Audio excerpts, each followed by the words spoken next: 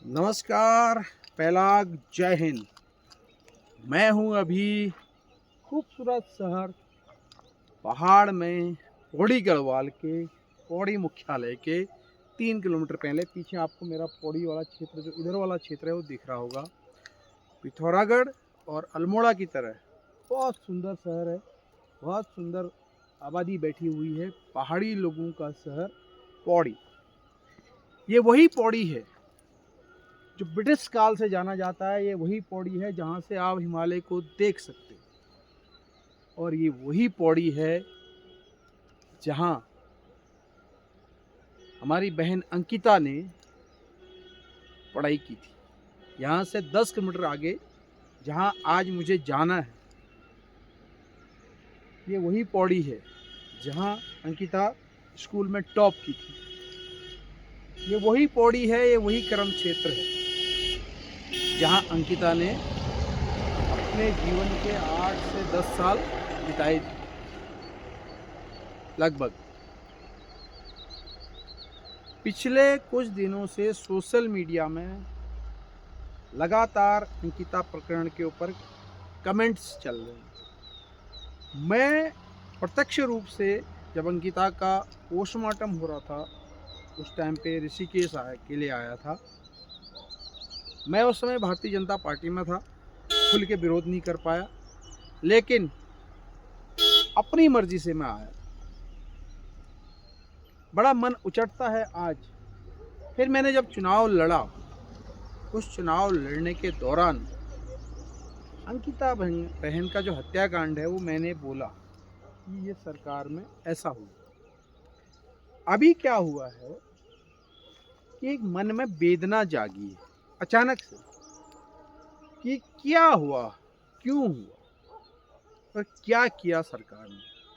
अभी जो प्रकरण चल रहा है, भारतीय जनता पार्टी के जो संगठन महामंत्री हैं अजय कुमार, उनके ऊपर बिरजू मयाल ने एक पोस्ट डाली। उसके ऊपर लोग कमेंट भी कर रहे हैं और कुछ भारतीय जनता पार्टी के जो पदाधिकारी हैं, जो पहाड़ी मूल के भी हैं, वो कह रहे हैं कि बिरजू मयाल के ऊपर एफआईआर दर्ज करिए और उस बंदे को सोशल मीडिया बंद करिए। लेकिन मैं उससे थोड़ा हट के चल रहा हूँ। मैं जा रहा हूँ अंकिता के गांव, उसके माँ बाप से मिलने। मैं जा रहा हूँ अंकिता की अंत्येष्टि जहाँ पे हुई, जैसे श्रीनगर के अंदर वहाँ, और जहाँ पर अंकिता की हत्या हुई ऋषिकेश, उस चिला नहर में। अब कहानी क्या है, मैं पर्वतीय मूल का रहने वाला आदमी। मेरे यहाँ अपनी संस्कृति है, अपनी सभ्यता है, अपना परंपरा है। हम लोग देवताओं के साथ साथ उनके गणों की भी पूजा करते हैं और हम लोग अपनी प्रेतात्माओं की पूजा करते हैं। मेरे मन में एक विचार आया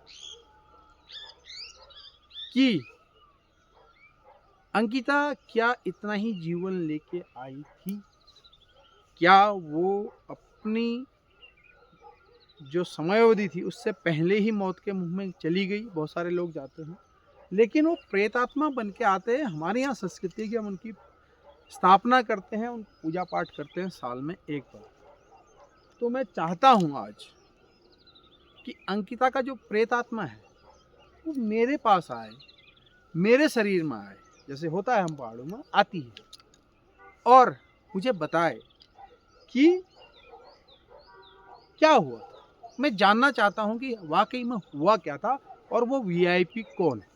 अंकिता की आत्मा को तो पूरा पता है, और मैं उस चीज़ को, आप अंधविश्वास मानिए, मनगढ़ंत मानिए, सब कुछ कर लिए, क्योंकि पहाड़ी मूल के लोग भी नहीं मान रहे, लेकिन हमने उसको प्रत्यक्ष रूप से देखा है। मैंने अपने जीवन में देखा है, मेरे कुटुंब परिवार में बहुत बार हुआ है। तो मैं उस चीज़ का आह्वान करने के लिए आज यहाँ आया। खूबसूरत सर, हम जा रहे हैं यहाँ से। हम अंकिता जी के घर में जाएंगे, पैदल है बोलते हैं ऊपर, देखते हैं मुलाकात होती है कि नहीं होती।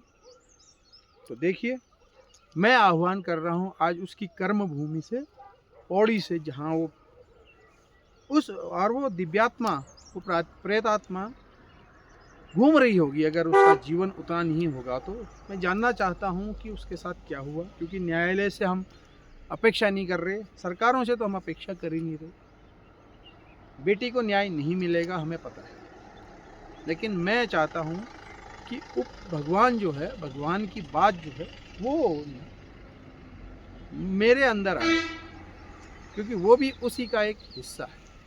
चलिए चलते हैं अंकिता के गांव में, और उसके बाद आगे की कार्रवाई वहाँ बात करें। धन्यवाद।